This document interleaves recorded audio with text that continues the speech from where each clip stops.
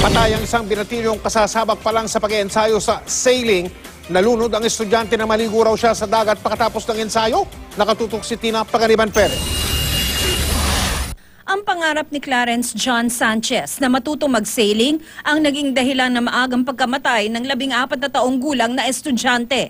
Tumanggi magpa-interview ang coach na si Felipe Mosquera, pero pinayagan itong magsalita para sa kanya ang Manila Police District.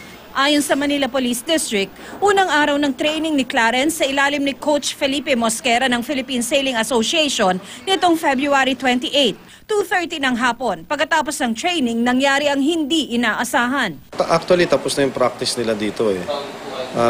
Nagsisailing na lang sila, parang yung namamasyal na gano'n ang nakaugalian nila.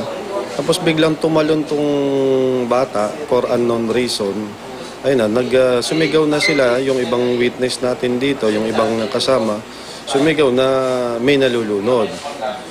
Sabay-sabay sila nag-dive dito para sagipin. Nadala pa raw sa Pampanga ang bata at sinubukang i-revive. Dahil sa nangyari, inaresto si Mosquera na nahaharap sa reklamong reckless imprudence resulting to homicide.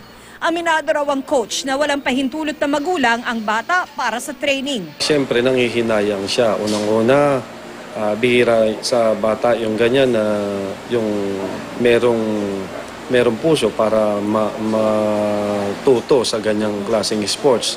Desidido yung bata, no? May potential din siyang nakikita. Paalala naman ni Anicete sa mga coach, mga magulang at mga batang gustong sumabak sa sports, siguruhing may parental consent ang mga magsasanay. Mas maganda raw na maghigpit kesa magkaaberya. Sa isang text message, sinabi ng Philippine Sailing Association na hindi pa ito makakapagbigay ng statement habang hinihintay pa ang official report kaugnay ng insidente. Tina Paganiban Perez, Nakatutok, 24 Oras.